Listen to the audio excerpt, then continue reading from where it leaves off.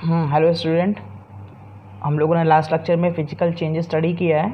अब यहाँ पे हम लोग केमिकल चेंज के थ्रू प्रोसीड करेंगे। तो हमारा जो नेक्स्ट टॉपिक है जो यहाँ पे स्टडी करने जा रहे हैं हम लोग, that is chemical change. Chemical change study करेंगे। तो देखिए केमिकल चेंज में क्या चीज़, पहला चीज़ है ये जो केमिकल चेंज होता है ये परमानेंट चेंज होता है। कैसा होता है? परमानेंट। अगर हम लोग कंपैरिजन करें फिजिकल चेंज से, तो फिजिकल चेंज कैसा होता है? टेम्परेरी होता है। और ये कैसा होता है? परमानेंट। परमानेंट चेंज है। कैसा है? Permanent change. पहला डिफिनेशन में ये पॉइंट नोट करना पड़ेगा कि केमिकल चेंज इसे परमानेंट चेंज। अब इसमें क्या होगा? क्या केमिकल कॉम्पोजिशन चेंज होगा। Chemical composition changes. Chemical composition changes. जिसने प्रीवियस लेक्चर नहीं देखा है पहले वो प्रीवियस लेक्चर देख ले फिजिकल चेंज का, फिर केमिकल चेंज देखे, तो यहाँ पे आपको समझना और इजी हो जाएगा, है ना। और आप नोट्स बनाते रहें, ये बहुत इजी वे में नोट्स हैं। तो ये परमानेंट चेंज होता है और इसमें केमिकल कॉम्पोजिशन क्या होता है? चेंज हो जाता है सब्सटेंस का।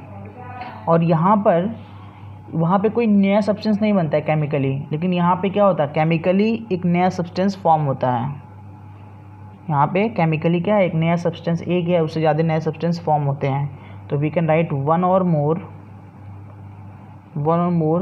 न्यू सब्सटेंस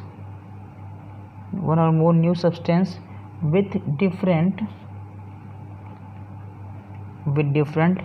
chemical composition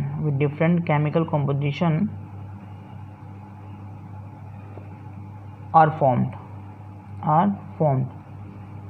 ठीक है, यहाँ पे ये डिफरेंट कॉम्पोजिशन के फॉर्म होंगे और इनकी प्रॉपर्टीज़ भी क्या होंगी? डिफरेंट होंगी।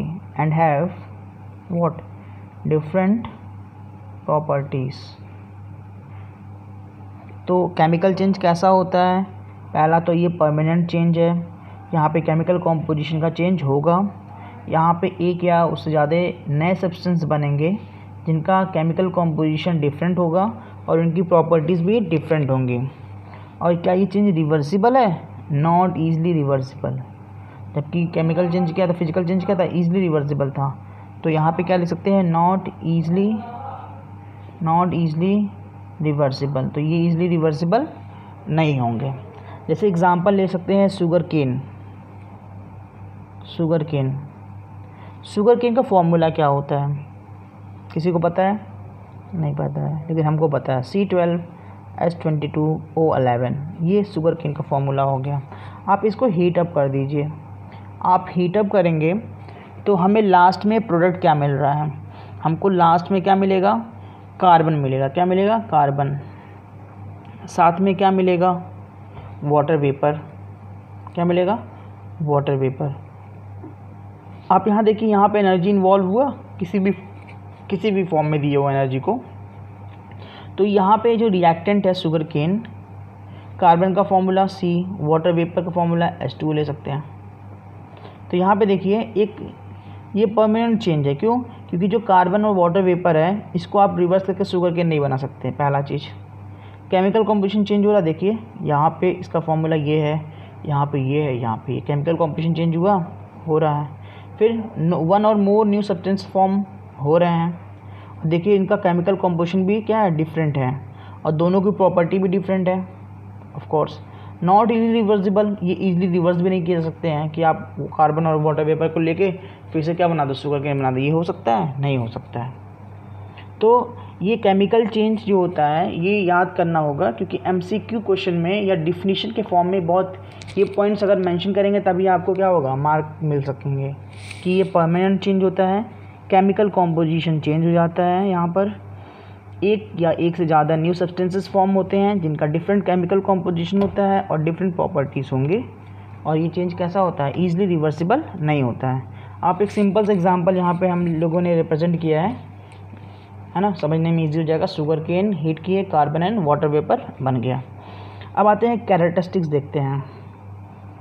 Characteristics of chemical change. तो क्या क्या इसका कैरेक्टरिस्टिक्स हो जाएगा केमिकल चेंज का? पहला, कैसा होता है? परमानेंट। डेफिनेशन से देखेंगे ना, ये परमानेंट चेंज है। और क्या इजीली रिवर्सिबल है? Not easily reversible. Not easily reversible. तो permanent and not easily reversible change, ऐसा चेंज होता है ये। एग्जाम्पल भी देख लिए। सेकेंड पॉइंट डिफिनीशन से ही क्या कि जो केमिकल कॉम्पोजिशन होता है वो सब्सटेंस का वो चेंज हो जाता है और एक वन और मोर न्यू सब्सटेंसेस फॉर्म होते हैं विद डिफरेंट केमिकल कॉम्पोजिशन। तो we can write what, chemical composition changes and what, and one or more new substance are formed having what, having different chemical composition, having different chemical composition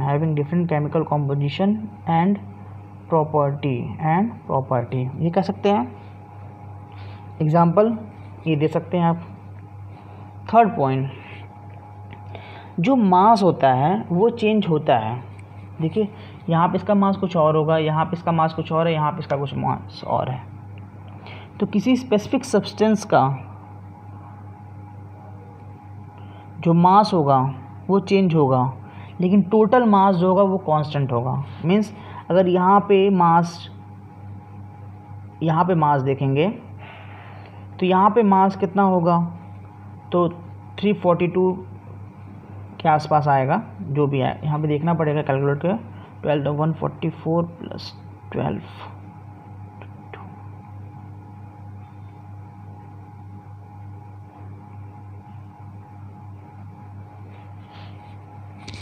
तो यहाँ पे बस हम समझते हैं, यहाँ पे जो मास होगा इसका वो मास, ये जो मास होगा, तीनों मास डिफरेंट होंगे, लेकिन जो नेट मास होगा वो सेम होगा। नेट मास कहने का मतलब क्या है कि अगर सपोज़ इसका मास, सपोज़ कर लेते हैं, वी सपोज़ ये 180 ग्राम है, सपोज़ कि ये 180 ग्राम है, तो यहाँ पे जो कार्बन बनेगा इट्स मे बी 80 ग्राम, तो वाटर वेपर कितना फॉर्म होगा, 100 ग्राम फॉर्म होगा।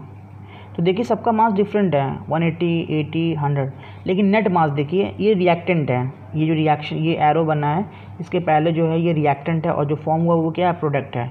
तो रिएक्टेंट का मास कितना है, 180 ग्राम। अब प्रोडक्ट का टोटल मास कितना है, 100 प्लस 80 कितना है, 180 ग्राम। तो 180, तो नेट मास क्या हो रहा है, कांस्टेंट है, लेकिन जो स्पेसिफिक सब्सटेंस का मास है वो क्या हो रहा है, चेंज हो रहा है। ये समझना है हमको। तो यहाँ पे लिख सकते हैं what, mass of specific substances undergoing a chemical change may change, वो चेंज हो जाएगा, बट क्या जो टोटल मास होगा, but total mass of all substance involve before and after changes, जो इन्वॉल्व है before and after changes, remain what, unchange और remains unchanged. I hope समझ में आया होगा एग्जाम्पल्स के थ्रू।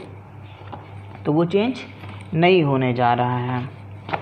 नेक्स्ट प्रॉपर्टी क्या है, नेक्स्ट प्रॉपर्टी ये है कि यहाँ पर जो चेंज हो रहा है तो यहाँ पे या तो एनर्जी का एब्जॉर्प्शन होगा या तो क्या होगा, लिबरेशन होगा किसी भी फॉर्म में, है ना। तो यहाँ पे केमिकल चेंज ऑलवेज इन्वॉल्व क्या, एनर्जी चेंजेस। तो वी कैन राइट केमिकल, इसको एग्जांपल समझते हैं क्या कहना चाहते हैं। Chemical change always involve what, absorption और लिबरेशन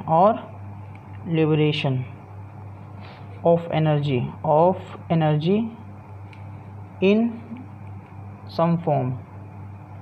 तो किसी भी फॉर्म में एनर्जी का क्या होगा, एब्जॉर्प्शन होगा या तो लिबरेशन होगा। जैसे अगर एनर्जी एब्जॉर्ब हो रही है, अगर एनर्जी एब्जॉर्ब हो रहा है तो हम क्या बोलेंगे, हम बोलेंगे क्या, ये एंडोथर्मिक चेंज है। कैसा चेंज है, एंडोथर्मिक। तो एंडोथर्मिक वर्ड कब यूज़ करेंगे, जब एनर्जी क्या होगा, एब्जॉर्ब होगा। और अगर एनर्जी रिलीज़ हो रहा है तो उसे क्या बोलेंगे, एक्सोथर्मिक। क्या बोलेंगे, एक्सोथर्मिक। ये याद होना चाहिए। अब ये आपका अब आ गया है एंडोथर्मिक एक्सोथर्मिक, अब आता जाएगा 10th में, 11th में, 12th में, इवन कंपटीशन एग्जामिनेशन। तो energy absorb endothermic, energy release तो एक्सोथर्मिक कहते हैं। अरे समझ में, जैसे हम लोग हीटिंग ऑफ द शुगर, अगर हम लोग शुगर को हीट कर रहे हैं, अगर एग्जांपल देखना चाहते हैं तो हीटिंग ऑफ शुगर केन, आपने शुगर केन को हीट किया ना, हीटिंग ऑफ शुगर केन को आप हीट कर रहे हैं तो कैसा चेंज है, वो एंडोथर्मिक चेंज है। लेकिन अगर आप जो कार्बन है और कार्बन को अगर आप बर्न कर दें तो कैसा हो जाएगा, एक्सो। तो इसका एग्जांपल क्या हो जाएगा, burning of carbon in air. आप शॉर्ट में पढ़िए, ऐसा नहीं कि पूरा लिख डालिए। बुक में जो लिखा है सबका सब नोट्स नहीं बनाना है, जो इंपॉर्टेंट पॉइंट्स हैं बस उसी का नोट्स। तो burning of carbon in air ये कैसा है, एक्सोथर्मिक चेंजेस है। अब आते हैं हम लोग एग्जाम्पल पास, एग्जाम्पल्स देख लेते हैं इसका। तो यहाँ पे ये टॉपिक एंड हो जाएगा। तो पहला एग्जाम्पल क्या है, बर्निंग ऑफ पेपर।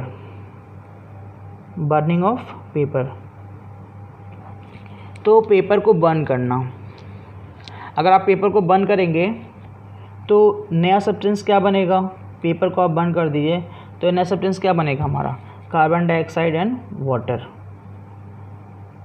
तो यहाँ पे देखिए सबका केमिकल कॉम्पोजिशन चेंज है ना। तो अगर पेपर को आप बर्न करते हैं तो ये आपका एग्जांपल हो गया क्या, केमिकल चेंज का। सेकंड, ये रिवर्स भी नहीं कर सकते हैं आप। सेकंड है बर्निंग ऑफ मैग्नीशियम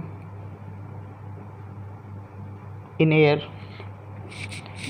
अगर आप burning of magnesium in air, ये एग्जांपल हो गया। नेक्स्ट एग्जांपल क्या है, rusting of iron, it is also an example of chemical change. Fourth क्या हो जाएगा, इलेक्ट्रोलिसिस ऑफ वाटर। अगर आप वाटर का इलेक्ट्रोलिसिस करा दें तो क्या फॉर्म होगा, hydrogen gas and oxygen gas form हो जाएगा। रिएक्शन बैलेंस नहीं है, बैलेंस करना पड़ेगा। Electrolysis of water is also an example of what, chemical change. और भी एग्जाम्पल्स है इसका, जैसे mixing of silver nitrate AgNO3 and NaCl solution, एक एग्जाम्पल ये हो गया। और भी बहुत एग्जाम्पल है, burning of carbon, burning of coal and woods, है ना, burning of coal and wood. जो मिल्क है, मिल्क टर्निंग टू कर्ड, ये भी आप एग्जाम्पल हो सकता है। फर्मेंटेशन, है ना, फर्मेंटेशन ये MCQ फॉर्म में पूछ सकता है ना। राइपनिंग ऑफ फ्रूट, ये भी कैसा एग्जांपल है, केमिकल चेंजेस। क्यों, क्योंकि यहाँ पे केमिकल कंपोजिशन चेंज हो जा रहा है, ये प्रोसेस इरिवर्सिबल है ना। अगर आपको रीज़न पूछता है तो रीज़न दे सकते हैं। एक एग्जांपल और दे सकते हैं, decaying of food and other organic substances, है ना। तो आप अपने कॉमन सेंस भी से भी एग्जांपल बहुत सारा निकाल सकते हैं। फिर हम लोग कह सकते हैं जो रिएक्शन होता है मेटल्स का एसिड के साथ, है ना, reaction of metal like iron, zinc with acid. तो दिस ऑल आर चेंजेस। ये कैसे चेंजेस हैं हमारे, ये चेंजेस एग्जांपल है किसके, केमिकल चेंजेस के। आप भी बहुत सारे एग्जांपल्स निकाल सकते हैं, है ना, अपने डेली लाइफ में ऑब्जर्व भी कर सकते हैं कि फिजिकल चेंज कैसे है, केमिकल चेंज कैसे है। बस आपको ये पॉइंट याद होना चाहिए कि परमानेंट होना चाहिए, केमिकल कॉम्पोजिशन में चेंज हो, कुछ नया सब्सटेंसेस बन रहा हो जिसकी केमिकल प्रॉपर्टी चेंजेस हो, और ये ईजिली रिवर्सिबल ना हो। तो ये पॉइंट आपको नोट होना चाहिए दिमाग में। इसके बेसिस पे आप कैरेक्टराइज कर सकते हैं, डिफ्रेंशिएट कर सकते हैं, सेपरेट कर सकते हैं कि ये चेंज फिजिकल है या केमिकल है। तो आई होप आप सबको समझ में आया होगा, है ना। तो गो थ्रू द लेक्चर, पूरा वीडियो देखिए। नहीं समझ में आ रहा, एक बार नहीं समझ में आ रहा दोबारा देखिए, आई होप समझ में आएगा। नहीं आता है वीडियो के नीचे कमेंट करिए, जो चीज़ पॉइंट नहीं समझ में आ रहा है you can ask the question on comment करके हम उसका रिप्लाई करेंगे। Thank you students.